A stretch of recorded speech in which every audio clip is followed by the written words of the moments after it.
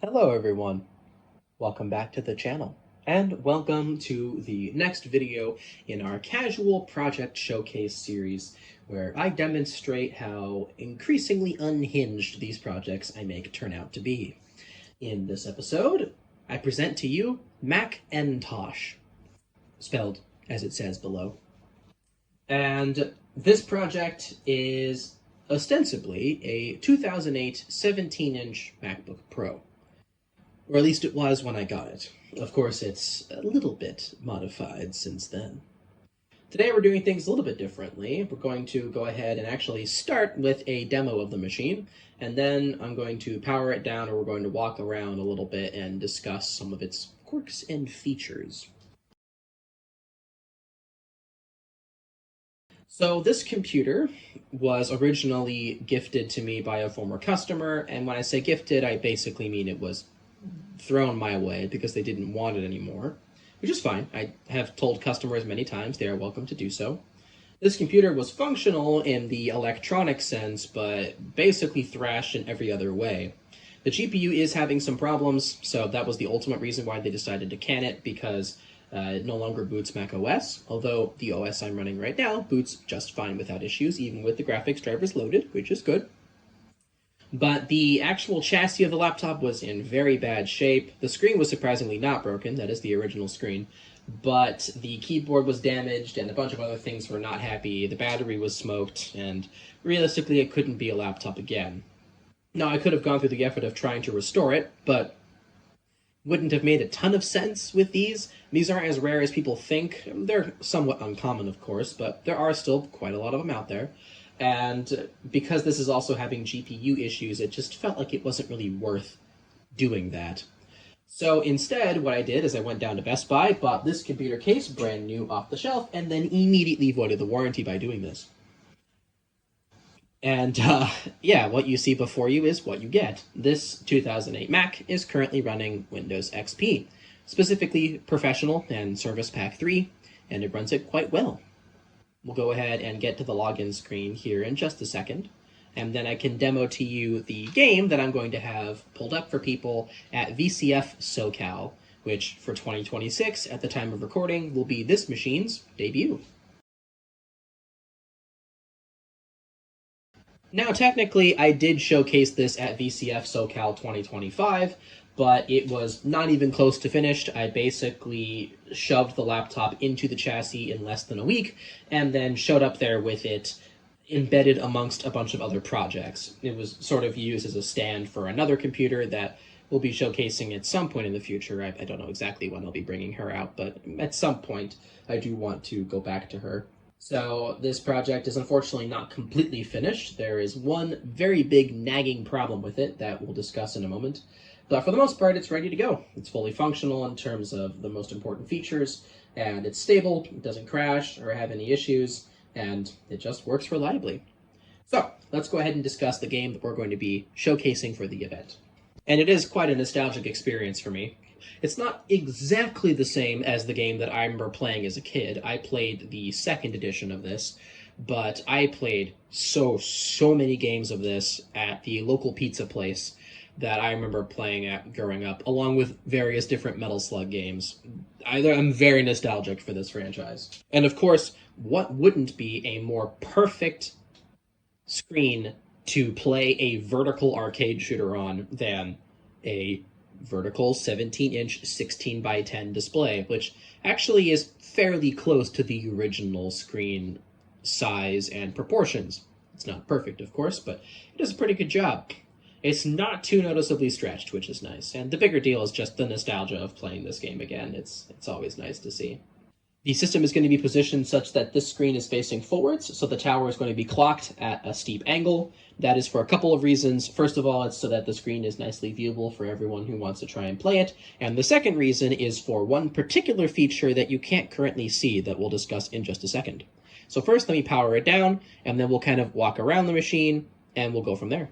Here is a closer look at the keyboard. It is normally backlit with a white LED.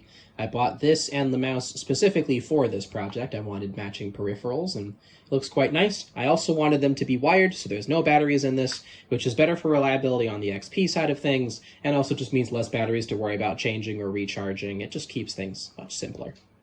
Here is the mouse. This is a TrackMan Marble. It's one of the slightly newer revisions that includes the scroll wheel, and it's on USB.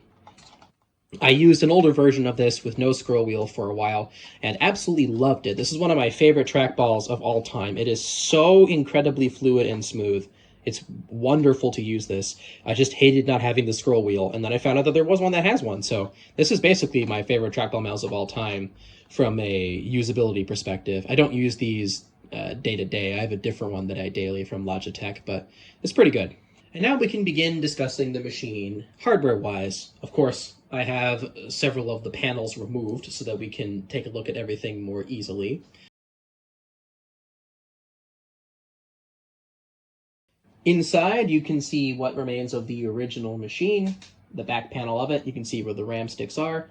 There's a heatsink from an audio amplifier attached with thermally conductive epoxy.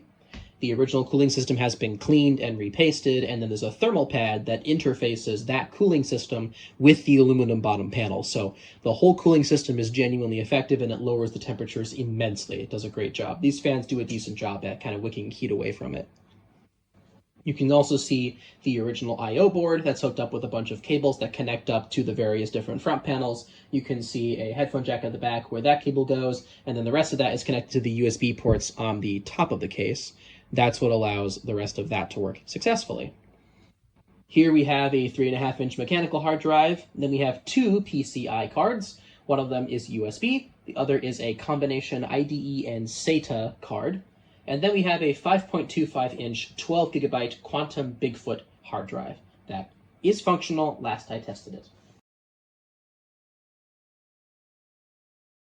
Here you can see what remains of the original I/O for the machine, including the DVI port, Ethernet, FireWire, USB. You can see the back with the USB and the eSATA cards are connected. Here you can see the only power connector on the machine. That connects into a hub inside with a couple power connections, and you'll see how the rest of that works in just a moment. And here you can see the cable management. Now, because cables have to go in a lot of very weird and random spots, it's very difficult to make this look clean, but I did try and tidy everything up to make it look as nice as possible. You can see the original motherboard here, along with the fans, the original display cable, the connection for the optical drive that connects to a series of adapters that snake through the bottom, and then the 120GB SATA SSD. That is what the whole system is booting off of. And then our three intake fans right there. You can also see our fan hubs that connect everything up, our ATX style power supply that squeezes in there. There's also the original MacBook Pro's power supply that is wedged in there as well, and everything is connected through that one power connection. The last thing to talk about with this machine is something that's a little difficult to show, but it is there, and you should be able to see it right now, and that is the Blu-ray drive. That drive is connected via SATA. It's connected to those adapters that you saw previously, and yes, it is fully functional in Windows XP. So, that's pretty much the entirety of the project. As I stated previously, there is one major issue with this that I'm currently dealing with, and that is specifically to do with the adapter that allows me to plug in PCI cards to this machine. The adapter that I bought for this connects via the original Wi-Fi card slot. I've tested that slot. It doesn't care about what you plug into it. It's not whitelisted. It doesn't care about plugging in a full-size PCIe card. It works just fine. However, with this adapter, it doesn't work for either of these cards. And I've tested other cards in there, and it doesn't seem to like them either.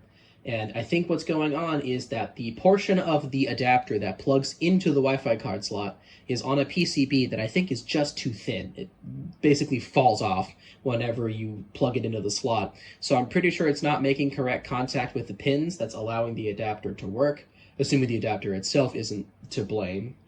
But either way, the adapter is still at fault. And so now I'm kind of at a bit of a crossroads. Ideally, I would like to make this fully functional here with the two PCI slots.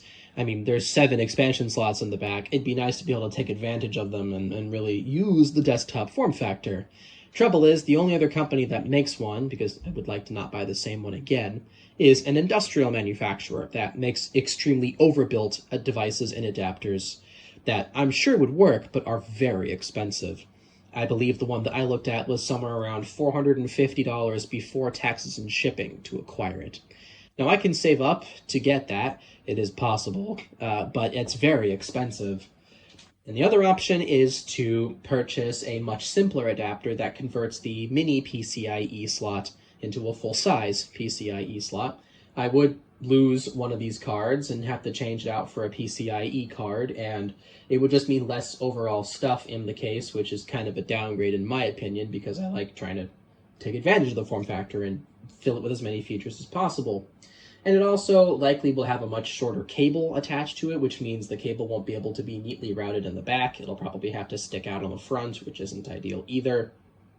So there are some downsides to that as well. But that adapter, even a high quality one from a company that I've bought before, was around $40 before taxes and shipping, which is of course a tenth of the price pretty much. So it's very tempting, but I would like to not have to do that. So I'd love to know your thoughts on what you think the solution should be, whether you think I should go one of those 2 options or whether I should do something else to try and come up with a solution for adding expansion slots to the machine. I'd love to know your options and your suggestions. Feel free to leave them in the comment section of this video or leave them in the various posts of where I cross-post this thing. And I hope you guys enjoyed watching this video. Until next time.